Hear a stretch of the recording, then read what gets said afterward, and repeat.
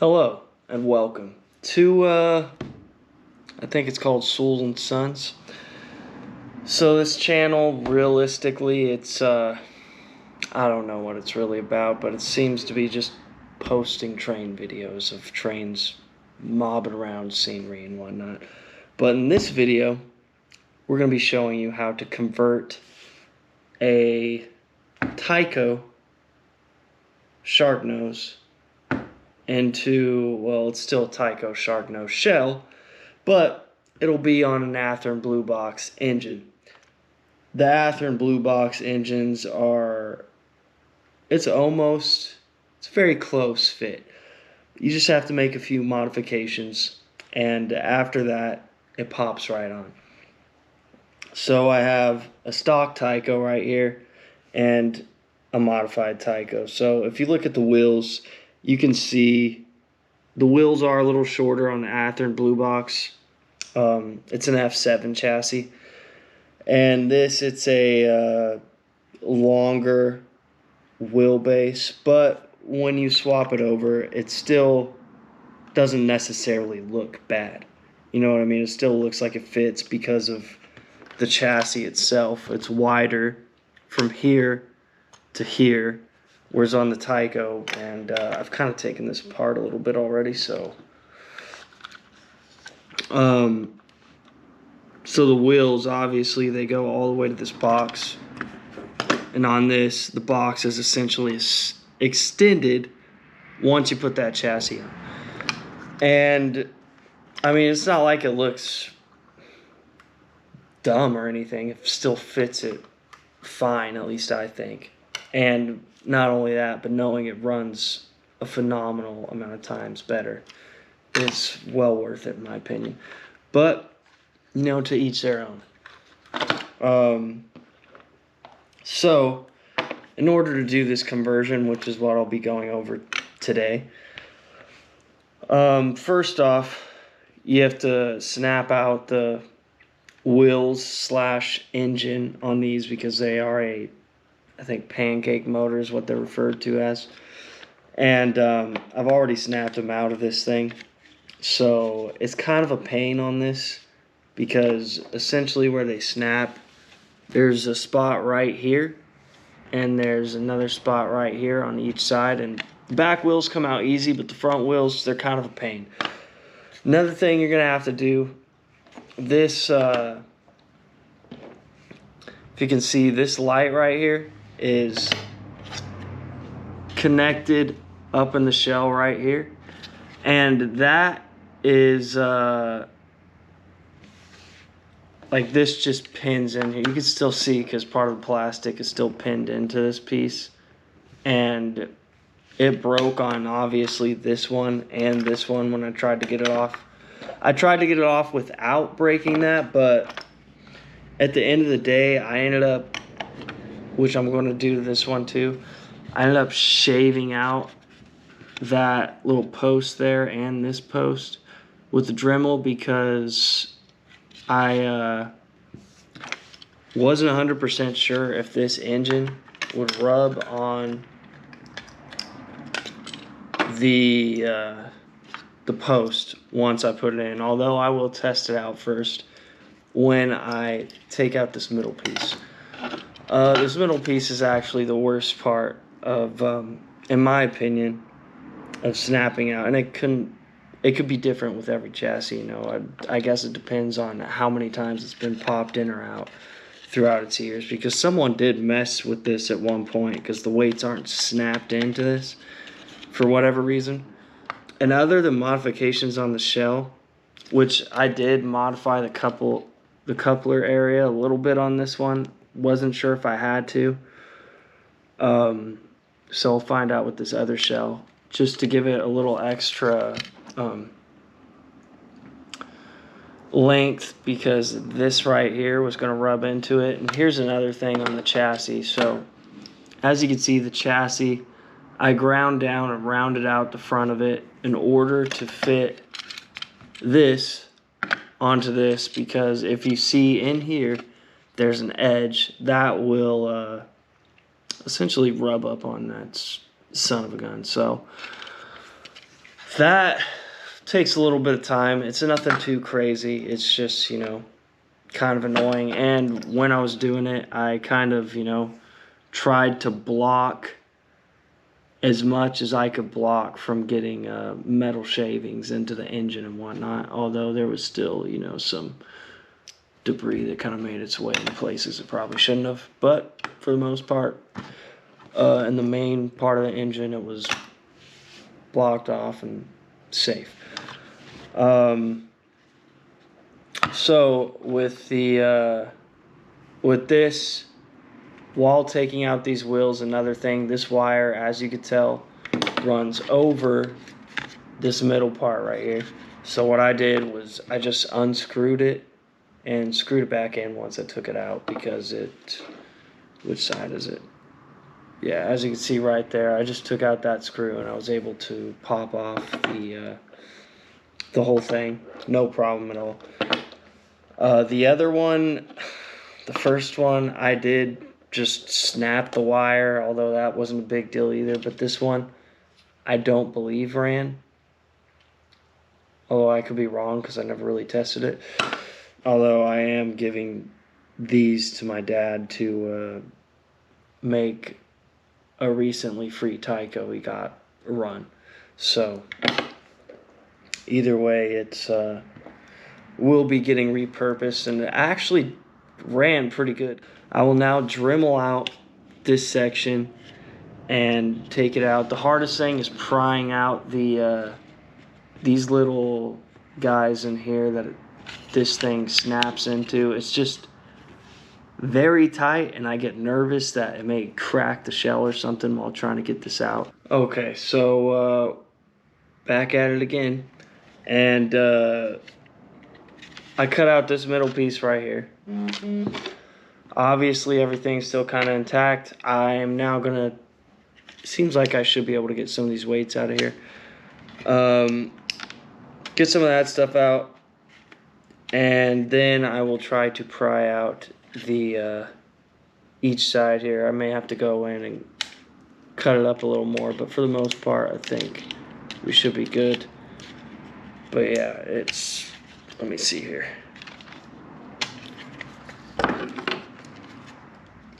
I don't know. Alright, there's all the weights.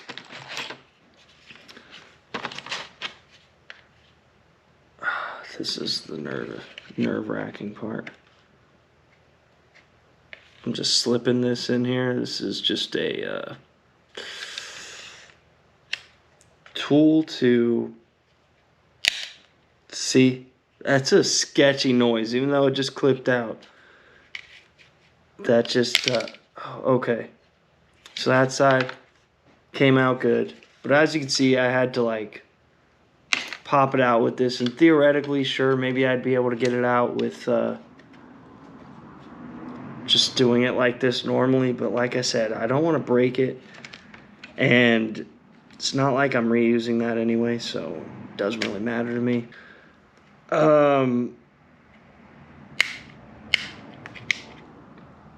Yeah, so for the most part, this thing is, I'm guessing it just snaps, which is why it makes all these sketchy noises. But this side is now not giving me the problems it was giving me. Okay, so they do have little lips on them. So just in case, I guess you're taking this thing apart, and although realistically, if you're not chassis swapping, I don't know why you'd be taking that out in the first place. So yeah, and here's another thing to notice. On these shells, I don't know which one's earlier or later, but I'm guessing this one's an earlier model, maybe late, I don't know. But either way, if you look on here, one's got the little Southern Pacific logo, the other one doesn't. I don't really know the difference in, like I was saying, in years, even though these things were only produced for a short amount of time. It is weird nonetheless. So here's the shell. that I have not modified. Like I was saying, that light post is still in there and everything. Theoretically, you could still probably put the shell back on a Tyco chassis if you wanted to reconvert it.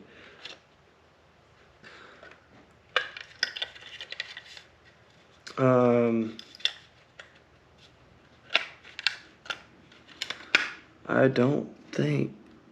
No, I'm gonna have to make some modifications here because something's.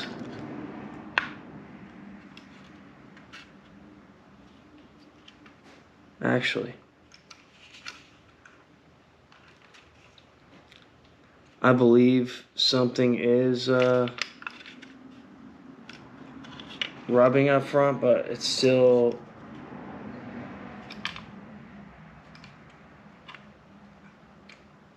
Yeah, it's that post, I'm pretty sure, is rubbing, but for the most part, it actually kind of went straight on. There was maybe like a fingernail's length gap for the clearance on the passenger side, if we're talking vehicles. But yeah, that's gotta be, I don't know, maybe it could be the coupler fitting. Could be the coupler fitting, who knows?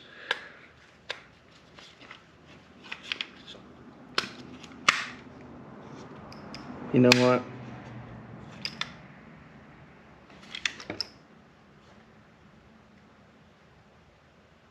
It may be the coupler fitting. Let me put that back on here.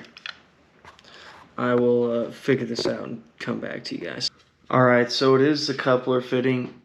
If you can see up here, this round part right there, which on this one, if you look in here, it's kind of hard to see because I have the coupler in there, but actually, hold up.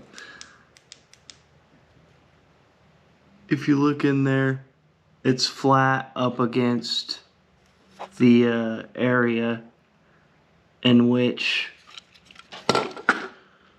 the frame will be butting up against too. So I'm just going to grind this down a hair just like I did on that chassis, and then boom, it should slip in, and I don't think I'm going to have to modify the old light post area.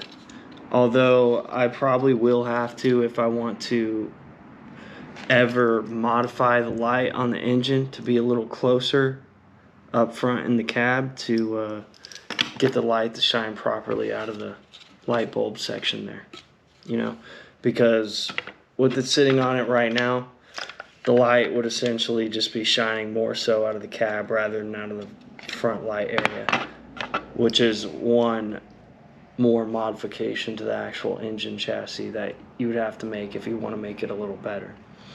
So with that in mind, let's finish this up. Okay, so now as you could tell, two successfully swapped shark noses. This one's a dummy, this one's got the real engine, and it is on Athearn chassis. Both the Athearn dummy and an Athearn powertrain. And remember, F7s is what you want to use. I have read up on a forum where someone used a older Bachmann F7, but they had to grind down the chassis, and it looks like a lot more work rather than what this was, because other than grinding down the front of the chassis on these, that's pretty much all you have to do. Although I will tell you this, underneath here the coupler kind of sits back farther, so as you can see, one coupler sticks out a little longer than the other, so you will have to use a longer coupler at least on one of them in order to make that work. And on the front of the chassis, because they don't go out far enough, you just use the front coupler point on the actual shell itself, so that sort of gets around that issue. So yeah, it's a pretty easy swap. and it makes your Tyco F7 or Tyco Sharknoses, you know, run good. It's a huge upgrade for these things. At a later date, I do want to kind of make these things a little more realistic looking, but the only reason I did this is because Tyco is the only company that ever made, for HO scale, that ever made daylight paint scheme Sharknoses, and I think the Sharknose is a better looking engine than the F7s, and you know the F7s are all over the place for the daylight diesel engines, and or like the, what is it, EM1 I think is one of them, and there's I can't remember the other one. There's a PA1, I don't know because I don't have them, but yeah, they look good nonetheless. I just would like to darken them later on down the line and whatnot, but that's for a different video. So if you want us to swap your Sharknose Tycos onto whatever, because they make I don't know how many different designs, use an Athearn F7 blue box chassis and you'll have yourself a pretty easy swap. So thanks for watching, and you know, tune in for whatever video is going to be next, whenever it may be.